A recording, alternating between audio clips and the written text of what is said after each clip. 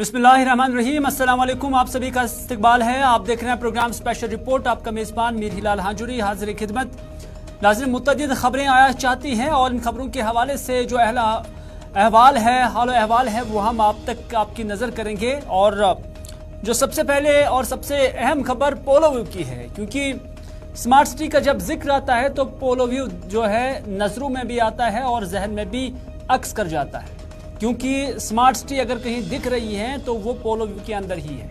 हालांकि अभी जो प्रोजेक्ट है वो ज़ेर तामीर हैं, जितने भी उसके कंस्टिट्यूएंट्स हैं या जितने भी उसके बाकी प्रोजेक्ट्स हैं, ज़ैली प्रोडक्ट्स हैं, उन्हें तामीर किया जा रहा है। और सरकार का ये कहना है या एडमिनिस्ट्रेशन का ये मानना है कि अभी ये प्रोजेक्ट जो है ये चल ही रहा है, अभी मुकम्मल नहीं हुआ है। लेकिन पोलो व्यू आज खबरों में क्यों था? पोलो व्यू आज इस वजह से भी खबरों में था क्योंकि वहां पानी जमा हो गया था और ये वो एरिया है जो जिससे सबसे पहले तरजीह बुनियादों पर डेवलप किया गया है। ये तस्वीरें आप देख सकते हैं, ये दुकानों के अंदर से पानी जमा है। दुकानों के अंदर कहीं 1 फुट, कहीं 1.5 फुट, कहीं 4 इंच, कहीं 3 इंच। तो इसी नवीयत की जो बारिशें हुई थी और उसके बाद जो पानी ड्रेनेज के जरिए आया तो वो इन दुकानों के अंदर चला गया है। जब दुकानों के अंदर पानी चला गया तो सवालात उठने लगे, सवालात शदीद नवीयत के उठने लगे कि जनाब पूरे कश्मीर के अंदर एक ही जगह थी जो बाहर के मेहमानों को भी दिखाया गया। आज तक जब यहाँ पानी नहीं आता था, दुकानों के अंदर पानी नहीं जाता था, तो फिर क्या वजह है कि स्मार्ट बनने के बाद ये पानी इन दुकानों के अंदर चला गया? इसका जवाब जो एडमिनिस्ट्रेशन की जानब से आया है वो क्या है, वो भी हम आप तक पहुंचाने की कोशिश करेंगे, क्योंकि सरकार इसे किस तरह से जस्टिफाई कर रही है और उनके बयानिए में, उनके क्लेम में कितना दम है। आप भी बिल्कुल हमारे साथ बने रहें और हम आपको वो वजन भी दिखाएंगे। लेकिन दुकानदार हजरात क्या कुछ कहते हैं? लगभग 3-4 दुकानें ऐसी हैं जिनके अंदर पानी घुसा है। हालांकि म्युनिसिपल कमिश्नर जो है अतर परवेज, वो यहाँ पर खुद भी आए हुए थे, जो कि स्मार्ट सिटी प्रोजेक्ट के CEO है। वो यहाँ पर उन्होंने सूरत हाल का जायजा लिया कि आखिर ये पानी जमा क्यों हुआ। हमने कहा पहले से ही सवाल बना हुआ था और ये बड़ा सवाल बन गया था कि एक ही एरिया था जो स्मार्ट दायरे के अंदर आ गया और आज यहाँ पर भी डिवाटरिंग की जरूरत पड़ी है। यहाँ ऑटोमेटिकली जो पानी ड्रेन होना चाहिए था वो क्यों नहीं हुआ? पहले दुकानदारों से जानने की कोशिश करेंगे और उसके बाद सरकार का, एडमिनिस्ट्रेशन का सुनना बहुत जरूरी है।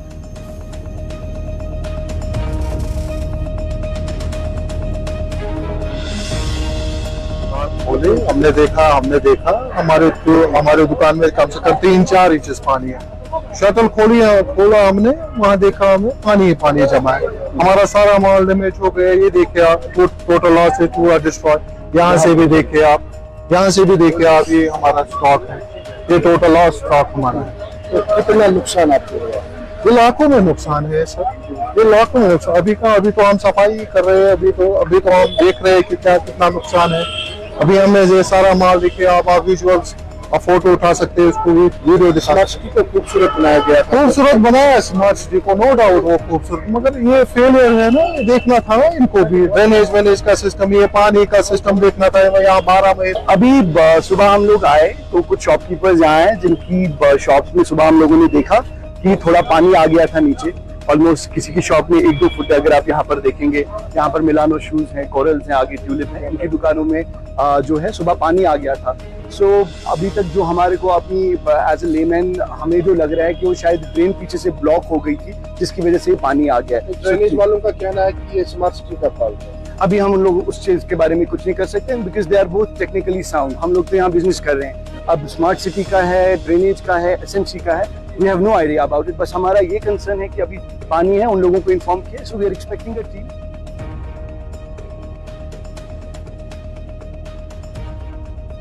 दुकानदारों की शिकायतें अपनी जगह, इसमें कोई शक नहीं है। वो परेशान इस वजह से हैं कि उनके दुकानों में पानी जमा क्यों हुआ। लेकिन यही सवाल जब श्रीनगर म्युनिसिपल कॉर्पोरेशन के जो कमिश्नर है उनसे पूछा गया, जो कि स्मार्ट सिटी प्रोजेक्ट के यहाँ हेड भी हैं, उनसे पूछा गया तो उन्होंने कहा कि जहां हमने काम किया है, यानी जो पोर्शन स्मार्ट सिटी के दायरे के अंदर आया है और जहां पर काम हुआ है और वो ड्रेनेज जो बनाया गया उसमें कोई प्रॉब्लम नहीं है। हाँ, दुकानों के, जिन दुकानों में पानी आया है उनके पीछे साइड से, पिछले साइड से कोई पुरानी ड्रेन है जो पॉसिबली इसमें कोई प्रॉब्लम हुई होगी जिसकी वजह से यह पानी दुकानों के अंदर चला गया है।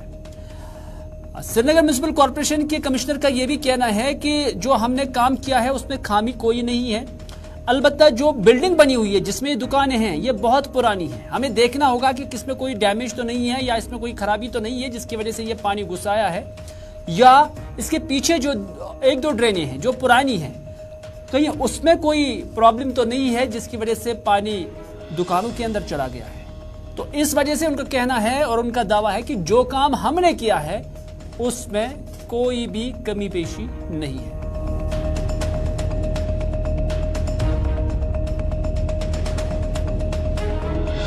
जिनके अंदर पानी है, लेकिन इसीलिए हम लोग सब लोग आए थे तुरंत देखने के लिए क्या इशू है। मेन जो ड्रेनेज का जिसमें बना हुआ है स्मार्ट सिटी में, उसमें there is no issue in that drainage, सामने से पानी प्रॉपर्ली जा रहा है। इसके जो बैक साइड है, पीछे साइड में there used to be old one drain, जो पुरानी एक ड्रेन रहती थी, उसके बाद उसमें नई 2 ड्रेनें भी डाली गई हैं। इट इज पॉसिबल पुरानी जो ड्रेन है वो बॉक्स ड्रेन है, तो काफी पुरानी, it's made of BRICS. That much possibly there might be some puncture जिसकी वजह से अंदर से नीचे से वो पानी 2 शॉप्स में चला गया है। तो हमारी बाकी टीम भी है इस विषय तात्मस दिखा दिल how it is to be sorted. It's not कह रहे हैं कि पिछले 40 साल से कोई भी पानी जमा नहीं हुआ, हालांकि आपके सामने भी बोला गया सर, तो अचानक ऐसा Are you trying to say कि काम होने की वजह से ऐसा हुआ? देखो नहीं देखो, मैंने अभी भी आप लोगों को आपको यहीं पे बता दिया जब आप भी अंदर थे, साथ में थे। एक होता है कि we just try to find out a point कि भाई जी इतना काम हो गया है, बोल रहे थे काम हो गया, पोलो भी बन गया और अचानक से दिख लीजिए पानी। That is not a right attitude, right thing. मैं मैं वही चीज बता रहा हूँ। इसमें पोलोवी में काम क्या हुआ, ड्रेनेज में अच्छा खासा काम हुआ है इसमें। मेन अगर आप पिछले साल का अप्रैल का वीडियो देखेंगे, यहाँ से तो पूरा पानी बह रहा था। मार्केट सुन आप मुत के प्लीज डोंट मिसलीड प्लीज। अगर पानी Srinagar has a drainage issue at lot of places, but there is this is not a drainage issue here. याचे 2 शॉप्स पत्कन 2 शॉप्स के जो बेस है उसके बेस में से पानी निकला हुआ है। ये should possible, you said back side building, this building is also very old. ये should possible that back side is just spray and drainage time drainage के puncture सीध मासे आप खुद में तिमान 2 दुकानन बंद की from the back side. So we'll check it, it will be rectified. ये हो सकता है अगर बिल्डिंग में जो जिसकी ओनर की शॉप है अगर उसके स्ट्रक्चर में कोई इशू है तो he'll rectify it. अगर बाहर से ड्रेनेज जो पुरानी ड्रेन है उसमें से।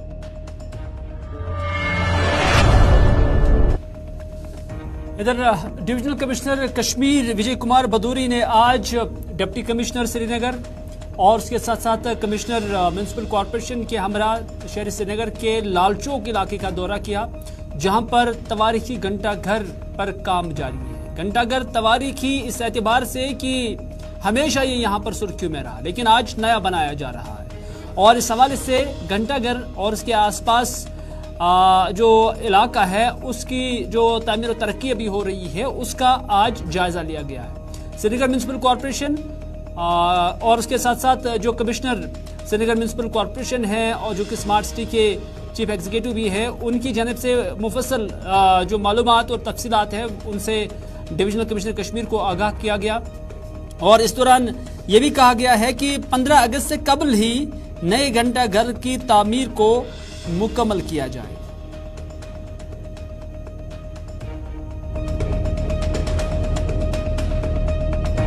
एक ये लोगों में आ गई थी संशय कि थोड़ा सा काम स्लो हो गया है, उसके बाद बस ये चेक करने के लिए कि काम जो हमारे फास्ट स्पीड पे रहे।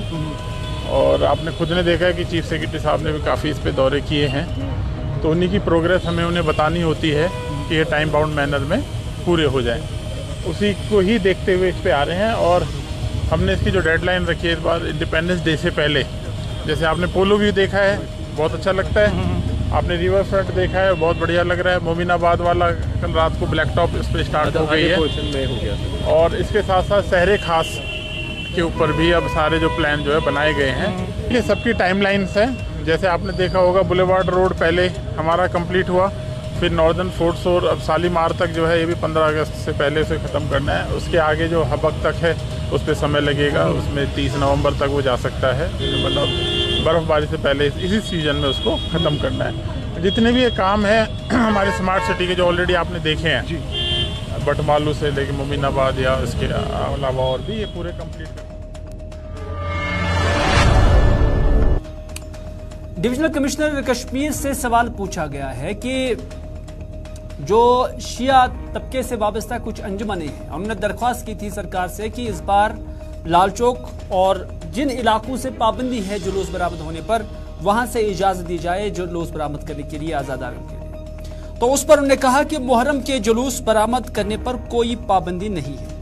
लाल चौक से, हाँ अलबत्ता लाल चौक से जुलूस बरामद होने पर पाबंदी पिछले 32 सालों से। हमें साफ साफ हिदायत है कि इस मामले को बहुत बारीकी से देखा जाए।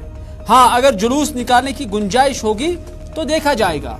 अलबत्ता इंतजामिया के लिए अमन तरजीह है और अगर किसी ने भी गलती से भी अमन में रखना डालने की कोशिश की तो उन्हें बख्शा नहीं जाएगा।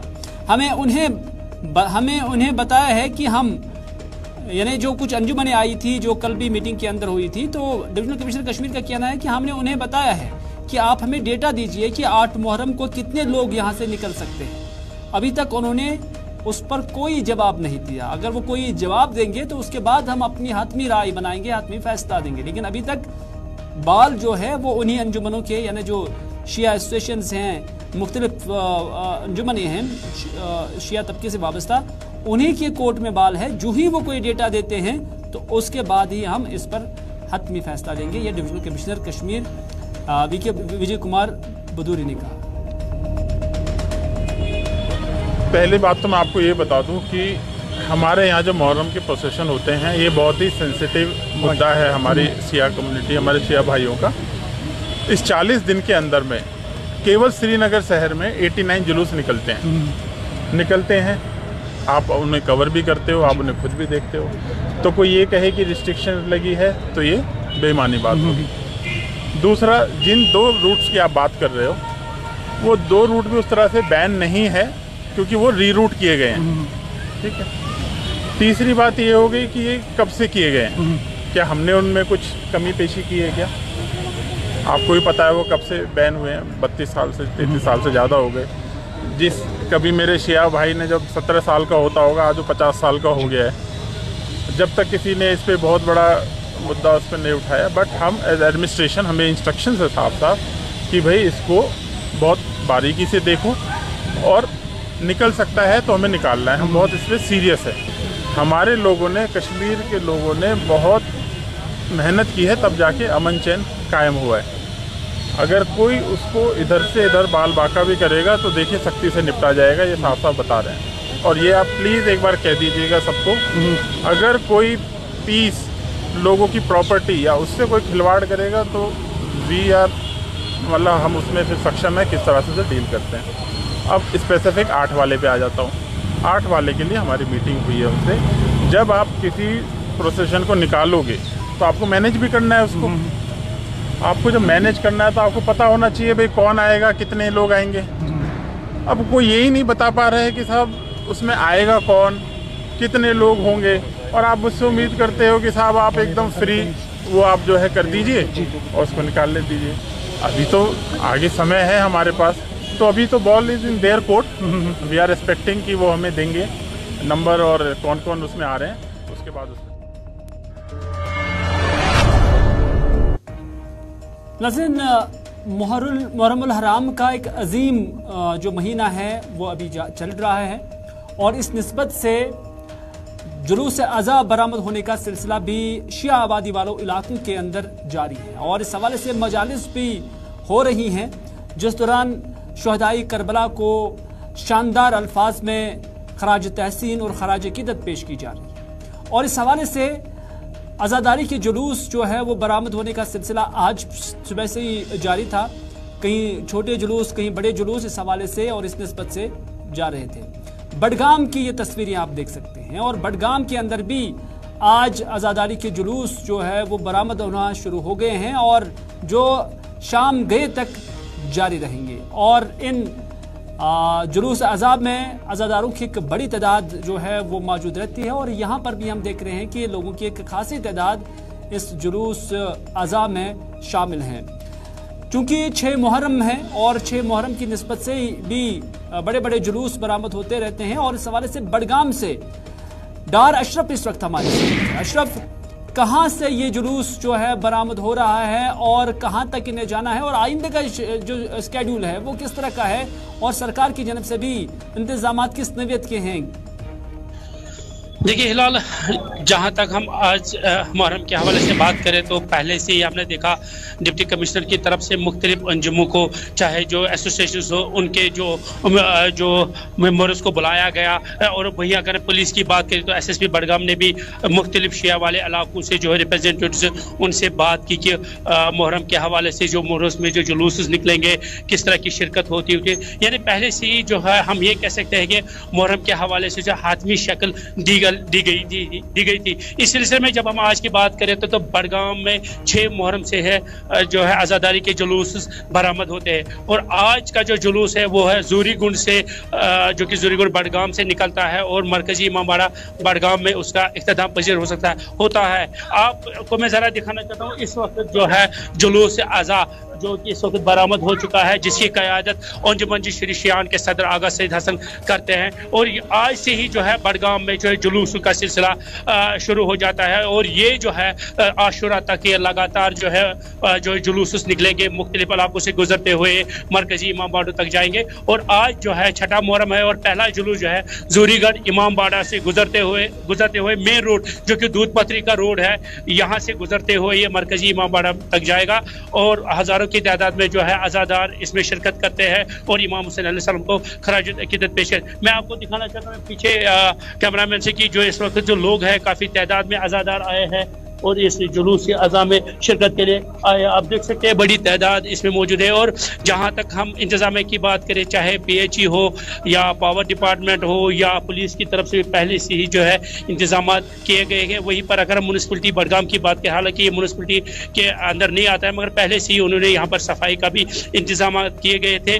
और पुलिस ने भी जो है पहले ही एक रोड मैप तैयार किया है कि ताकि जो लोग हैं उनको किसी तरह की मुश्किलात ना हो, पहले से ही जो है रोड डाइवर्ट कर दिया गया है कि जहां से आज़ादारी के जुलूस बरामद होंगे उन रोडों को जो है तब तक बंद रखा जाएगा जब तक आज़ादारी के जुलूस यहां से गुजरेंगे। फिर आज का अगर हम बात करें तो जो जूरीगुंड से जो जुलूस बरामद हुआ ये जो है बडगाम के मरकजी इमामबाड़ा में इख्तिताम पजीर होगा। बहुत बहुत शुक्रिया अशरफ पूरी जानकारी देने के लिए। जूरीगुंड बडगाम से ये जुलूस बरामद हुआ। डार अशरफ हमें अपडेट कर रहे थे बडगाम से जो अभी अभी ये जुलूस आज़ा शुरू हुआ है और इमाम बारगाह बडगाम के अंदर ये इख्तिताम पजीर आज हो जाएगा। छठा दिन है मुहर्रम उल हराम के अजीम महीने का और ये वो महीना है जिसमें इमाम हुसैन और उसके जो रुफ़का थे वो शहीद हुए थे एक बड़े काज के लिए। और इस हवाले से जुलूस अज़ा का बरामद होना इस हवाले से मामूल है इन अयाम के दौरान। तो बडगाम से आप ये तस्वीरें जो है वो देख रहे थे।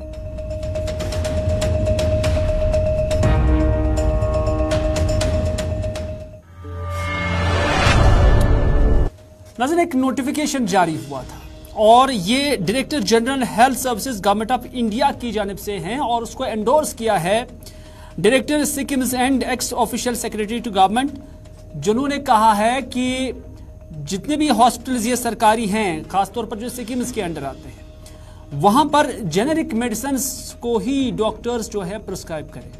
हालांकि इससे कबल आपको याद ही होगा कुछ दिन कबल ही हमने एक स्टोरी इस हवाले से की थी कि जो एक मिसकॉन्सेप्ट तैयार किया गया है या खड़ा किया गया है कि जेनेरिक अद्वियात जो है ये काम नहीं करती है और उस पर डॉक्टर निसारुल हसन जो कि डॉक्टर्स एसोसिएशन कश्मीर ने आवाज उठाई थी और उस आवाज के बाद हमने देखा कि ये नोटिफिकेशन कुछ ही दिन बाद जो है जारी हुआ। और इस तरह से जो हमने स्टोरी भी की थी और उसके साथ साथ डॉक्टर एसोसिएशन कश्मीर ने भी बड़ी जोर शोर से इस मामले को उठाया था कि जेनेरिक अद्वियात 90% सस्ती हैं ब्रांडेड अद्वियात से। ब्रांडेड अद्वियात एक कमर्शलाइजेशन है और उसमें एक इंडस्ट्री है और उससे कुछ डॉक्टर्स को भी फायदा मिलता है और उस पर्टिकुलर इंडस्ट्री को भी ज्यादा फायदा है। लेकिन जो आम इंसान है, जो बीमार है, वो जो ट्रीटमेंट है वो एफर्ट नहीं कर पाता है।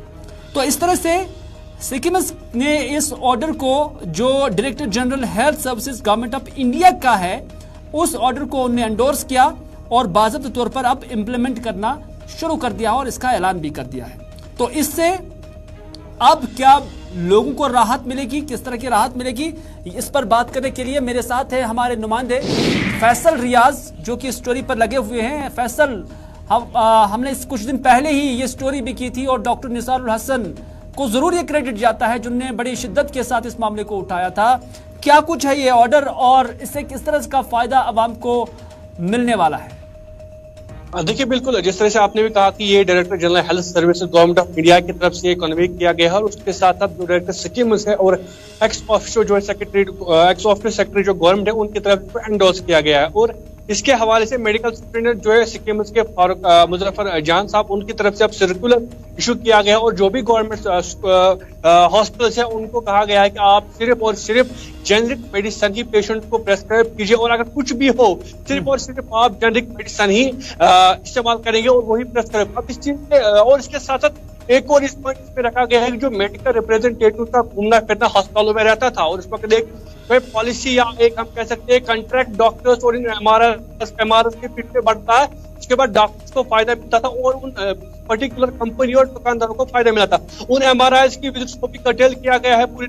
अब किसी भी एमआरआई को इजाजत नहीं होगी वो गवर्नमेंट हॉस्पिटल पे जा सकता है। अब इससे दो फायदे होंगे, एक तो सस्ते रेट पे आम लोगों को दवाएं मिलेंगी और उसके साथ साथ जो मोनोपोली बनी हुई थी इन एमआरआईज की और उसके साथ साथ जो हॉस्पिटल के डॉक्टर्स थे जो कि आपस में मिल बांट के जो कॉन्ट्रैक्ट करते कि आप दुकान पे फलानी दवाई रखिए मैं वो प्रेस्क्राइब करूंगा। इससे दो फायदे हैं इसका कि एक तो अफोर्डेबल इलाज है आप एक आम इंसान के लिए। बहुत बहुत शुक्रिया फैसल रियाज बात करने के लिए और जानकारी देने के लिए। अफोर्डेबल है, आप कोई भी इंसान, क्योंकि जैसे कि डॉक्टर्स एसोसिएशन कश्मीर के डॉक्टर निसारुल हसन ने कहा कि 80 से 90% का फर्क है रेट में भी और ये अफोर्डेबल है।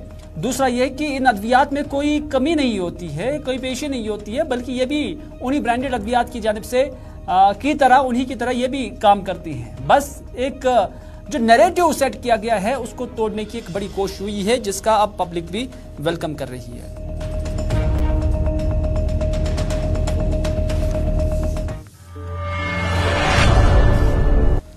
गुलाम नबी लोन हांजुरा जो कि पीडीपी के जनरल सेक्रेटरी है, उनकी जनब से आज हबा कदल हल्का इंतखाब के अंदर पार्टी कारकुनों का एक इजलास मुनक़द हुआ जिसकी वो सदारत कर रहे थे और उस दौरान पार्टी को कैसे ज़मीनी स्तर पर मजबूत बनाया जाए यहाँ पर पार्टी वर्करों को पर जोर दिया गया कि वो घर घर पार्टी के मंशूर को पहुँचाए और जिस तरह से जम्मू कश्मीर की शनाख्त को मजबूत बहाल और मुनफरिद रखने के लिए पीडीपी काम कर रही है, उस प्रोग्राम को घर घर तक शख्स तक फर्द तक पहुंचाया जाए, इस निस्बत से ये इजलास यहाँ पर था। बाद में गुलाम नबी लोन हांजुरा ने मीडिया के नुमाइंदों के साथ भी बात की, लेकिन इस बार उन्होंने कहा कि इलेक्शन का बाइकआउट करना सबसे बड़ी गलती है, क्योंकि अगर हम बाइकआउट करते हैं तो उसका फायदा वो लोग उठाते हैं जिनकी न सिर्फ अवाम में कोई साख नहीं होती है बल्कि वो पब्लिक की ग्रीवेंसेस को और पब्लिक के मुश्किलात को तरजीह भी नहीं देते।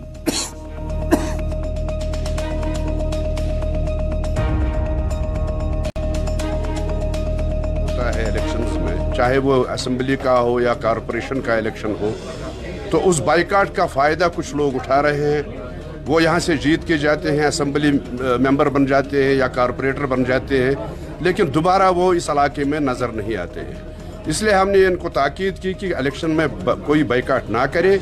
जो इलेक्शन आने वाले हों, चाहे कॉरपोरेशन के हों चाहे असेंबली इलेक्शन हो, उसमें बाइकाट ना करे, उसमें अपने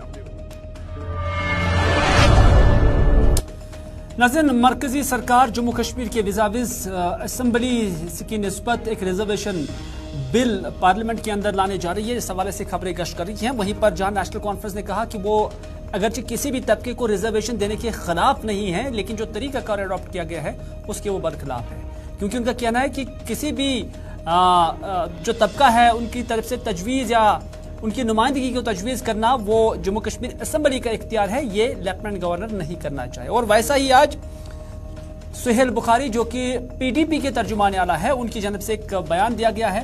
उन्होंने कहा कि हालांकि नॉमिनेशन पर किसी भी तबके को असेंबली में रिजर्वेशन या नुमाइंदगी देने का सिलसिला इससे कबल भी जम्मू कश्मीर में मौजूद था और उन्हें उस वक्त यहाँ के चुनिंदा लोग या सरकार ऐसे लोगों को ऐवान बाला के लिए नामजद किया करते थे।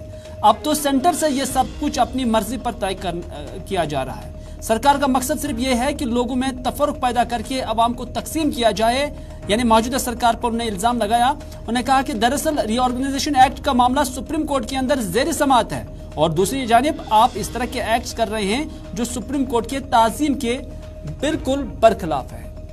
ऐसा नहीं है कि पहले लोगों को नॉमिनेट नहीं किया जाता था, इससे पहले भी कश्मीरी पंडित हों या बाकी लोग हों उनको नॉमिनेट किया जाता था लेजिस्लेटिव काउंसिल के लिए, लेकिन वो जो नॉमिनेशन है वो यहाँ के अवाम के जरिए जो चुने हुए लोग थे, जो चुनी हुई सरकारें हैं वो किया करती थी, न कि ये कि सेंटर में बैठ के बाहर से कोई और शख्स यहाँ आए वो उनका नॉमिनी हो और वो किसी को नॉमिनेट करे।